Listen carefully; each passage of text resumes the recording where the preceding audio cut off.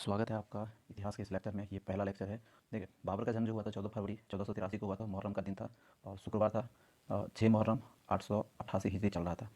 बाबर का जो वास्तविक नाम था वो ज़हीरुद्दीन मोहम्मद था और तुर्की भाषा में बाबर को बाग बोला जाता है। बाबर के जो पिता थे उसका नाम उमर शेख था और ये फरगना के एक छोटे से राज का शासक थे। उमर शेख जो थे वो तैमूर वंश से थे और इसका भाई था एक अहमद मिर्ज़ा जो समरकंद और बुखारा का शासक था। इसकी जो माता थी वो थी कुतलुब निगार जो चंगेज़ वंश की थी और यूनिस की पुत्री थी। देखिए, उमर शेख का मृत्यु हो गया था 8 जून 1494 को छत से गिरने के कारण, जब बाबर महज 12 वर्ष का था। बाबर के आक्रमण के समय भारत की राजनीतिक दशा क्या थी? देखिए, जब बाबर ने भारत पर आक्रमण किया था तो जितने भी राज थे वो छोटे छोटे राज्य में बटे हुए थे और सब अपने में ही लड़ते रहते थे हमेशा। किसी में एक संगठन नहीं था जो एक भारत को बढ़िया से चला सकता था। जैसे कि 11वीं शताब्दी में और 12वीं शताब्दी में जब महमूद गजनवी और गोरी ने आक्रमण किया था तो उस टाइम में दोनों को सिर्फ राजपूत का सामना करना पड़ा था। लेकिन जब बाबर ने आक्रमण किया तो बाबर को जो है राजपूत का भी सामना करना पड़ा और अफ़गान जो था अफ़गानों का भी सामना करना पड़ा था। तो इसका शासनकाल स्ट्रगल रहा इसके लाइफ में। हम लोग देखेंगे जैसे जैसे लेक्चर आगे बढ़ेगा आपको पता चलेगा इसके बारे में। बाबर के आक्रमण के समय में जो कुछ राज थे वो राज में क्या चल रहा था वो हम लोग एक एक करके देखते हैं। मैं आपको बेसिक से बताता चलता हूँ जो आपको बाद में काम आएगा। सबसे पहले बात करते हैं दिल्ली का। तो दिल्ली जो था आपका, जब बाबर दिल्ली में अभियान के लिए आया था तो उस टाइम में दिल्ली में लोधी वंश का शासन था और जिसका सम्राट जो था वो इब्राहिम लोधी था। उस समय दिल्ली की स्थिति बहुत अच्छी नहीं थी और उसकी शक्ति में निरंतर ह्रास हो रहा था क्योंकि इब्राहिम लोधी उतना योग्य शासक नहीं था, अपने पिता की तरह योग्य शासक नहीं था, जिसके कारण उसके जो सीमाएँ थी, बाउंड्री थी, वो बहुत ही संकुचित होते जा रहा था। इसी कारण इब्राहिम लोधी जिस समय यानी कि 1517 में दिल्ली के सिंहासन पर बैठा था, उसका साम्राज्य जो था दिल्ली, आगरा, जौनपुर और उसके आसपास के जो इलाके हैं वहाँ तक विस्तृत था। इब्राहिम लोदी एक अयोग्य शासक था जो दिल्ली सल्तनत की शक्ति को विस्तार नहीं कर पाया था। इब्राहिम लोदी के शासक बनने के पश्चात अपने पिता के नीतियों यानी जो पिता जो उसका था जो पॉलिसी पे चल रहा था उसी का अनुसरण इसने भी किया। उसने क्या किया कि जैसे उसके पिता जो थे अफगान भूमिपति था और अमीर का दमन करता था, वैसे ही इब्राहिम लोदी ने भी उसको दमन करना शुरुआत किया। लेकिन उसके सामने बहुत प्रॉब्लम आया। क्यों? क्योंकि सबको पता था कि इब्राहिम लोदी के पास उतना टैलेंट नहीं है। ठीक है, तो उसके सामने बहुत सारी समस्याएं हैं। जैसे कि अफगान उसके विरुद्ध था जो उसके साथ हमेशा संघर्ष होता रहता था। उसने क्या किया था कि इब्राहिम लोदी ने क्या किया था कि जो उसके सामने आता था उसको दमन करने का कोशिश करता था। इसके कारण क्या हुआ कि पूरे राज्य में उसके जो साम्राज्य था उसमें अशांति फैल गया। इब्राहिम लोदी एक निरंकुश की तरह था जिसको अफगान शासक जो थे वो उससे सेटिस्फाइड नहीं थे, उसको बहुत प्रॉब्लम होता था। तो वो लोग सोचते थे कि इब्राहिम लोदी को कैसे भी उसके पद से हटाया जाए। इब्राहिम लोदी के जो चाचा थे आलम खां, उसने भी उसका विरोध किया और दिल्ली सल्तनत का खुद को दावेदार बताया और अनेक सूबेदारों ने भी अपनी स्वतंत्रता की घोषणा कर दी। पंजाब का सूबेदार जो दौलत खां था वो बिहार का बहादुर खां और जौनपुर के अफगान सरदार जो थे नासिर खान, इसने भी उसके विरोध में काम किया। इससे क्या हुआ कि दिल्ली सल्तनत जो था 1526 में वो बहुत ही कमज़ोर हो चुका था। पंजाब का बात करेगा तो पंजाब जो था वो उस टाइम में दिल्ली सल्तनत का ही अंग था और वहाँ का सूबेदार दौलत खां था। इब्राहिम की निरंकुश नीतियों और उसकी अयोग्यता, दौलत खां की महत्वाकांक्षा के कारण इब्राहिम और दौलत खां के बीच हमेशा तू-तू मैं-मैं होता रहता था।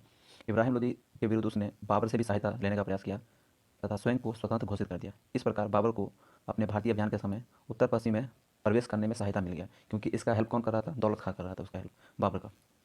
उसके बाद बंगाल में बात करते हैं तो बंगाल में हुसैनी वंश का राज था। बंगाल में हुसैनी वंश शासन की स्थापना जो किया था वो फिरोज तुगलक ने किया था। उस समय अलाउद्दीन हुसैन ने की थी। कालांतर में हुसैनी साम्राज्य की सीमाएं उड़ीसा तथा कूच बिहार तक विस्तृत हो गई। अलाउद्दीन हुसैन का पुत्र नुसरत शाह भी अपने पिता के समान एक योग्य शासक था। बाबर ने उसकी योग्यता को स्वीकार करते हुए उसके साथ भी संधि कर लिया था। उसके बाद देखते हैं दूसरा स्टेट बिहार की बात करते हैं तो बिहार भी उस टाइम में दिल्ली सल्तनत का ही अंग था। लेकिन वहाँ भी इब्राहिम के शासनकाल में विद्रोह की अग्नि जो थी वो प्रज्वलित हो रही थी। लोहानी के नेतृत्व में यह विद्रोह किया गया था जिसको दबाने में इब्राहिम सफल रहा था। बिहार जो था वो हमेशा से दिल्ली के जो शासक थे उसके लिए संकट उत्पन्न कर रहा था। जौनपुर का बात करें तो जौनपुर भी दिल्ली सल्तनत का ही अंग था। वहाँ नासिर खां के नेतृत्व में जो था दिल्ली के सुल्तान जो थे उसके बीच में हमेशा संघर्ष चलता रहता था। मालवा देखें तो मालवा पर आक्रमण करके खिलजी शासक अलाउद्दीन ने 1310 ईस्वी में दिल्ली सल्तनत का अंग बनाया था, दिल्ली सल्तनत को अंग बनाया था। जिस समय 1398 ईस्वी में तैमूर ने भारत पर आक्रमण किया तब व्याप्त अव्यवस्था से लाभ उठाकर मालवा में दिलावर खान ने स्वतंत्र राज्य की स्थापना कर ली थी। 1435 में दिलावर खान के वंश के शासन की समाप्ति उन्हीं के प्रधानमंत्री के द्वारा की गई। वो मालवा में खिलजी वंश के शासन की स्थापना किया गया था। ये आपसे एग्जाम में पूछा जाता है। 1526 ईस्वी में मालवा का शासक महमूद द्वितीय था जो एक अयोग्य शासक था। महमूद द्वितीय को सिंहासन पर बैठाने में राजपूत सरदार मेदिनी राय ने सहायता की। तो क्या हुआ कि अगर आप कोई भी किसी को शासन पर बैठा रहे तो उसका कुछ ना कुछ इन्फ्लुएंस तो रहेगा ही। मेदिनी राय ने मालवा में अनेक महत्वपूर्ण पदों पर राजपूतों को नियुक्त करवाया, जिससे मुसलमान जो थे वो असंतुष्ट हो गए थे।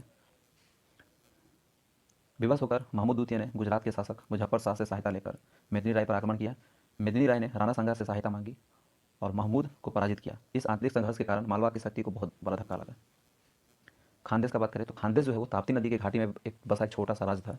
इस राज्य की स्थापना मलिक अहमद ने बहमानी राज्य के विरुद्ध विद्रोह करके 1365 में की थी।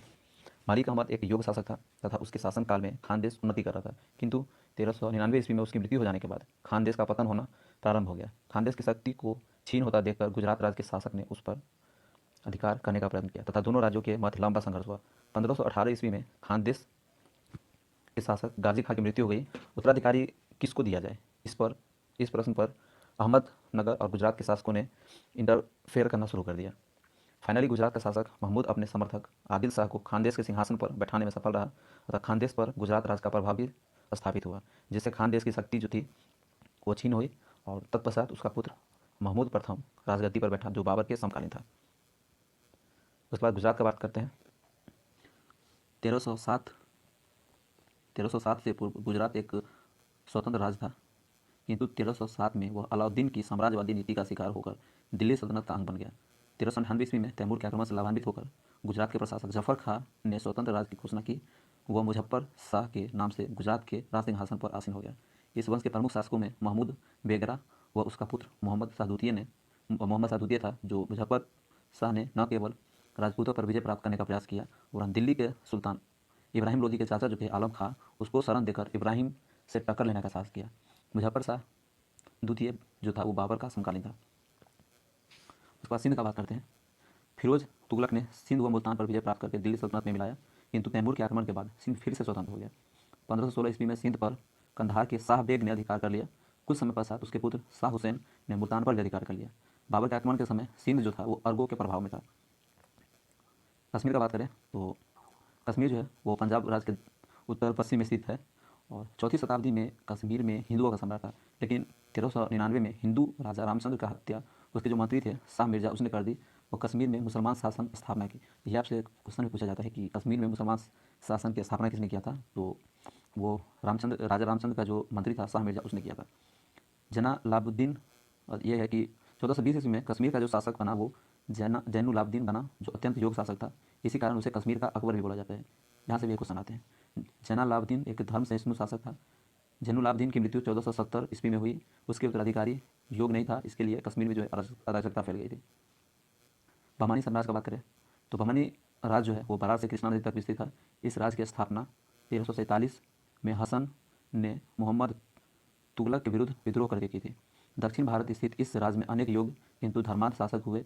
इन राजाओं का पड़ोसी हिंदू राज्य विजयनगर से संघर्ष होता रहा, जिससे इनकी शक्ति छीन होती गई। 1481 ईस्वी में अत्यंत योग्य मंत्री महमूद गवा की हत्या के पश्चात बहमानी राज्य की तरफ गति से पतन की ओर अग्रसर हुआ। वह अन्य प्रांत पतियों ने स्वतंत्रता घोषित कर दी थी। आपका कि इस टाइम में यानी कि जब बाबर ने भारत पर आक्रमण किया था तो अलग अलग स्टेट में अलग अलग राज्य में क्या चल रहा था।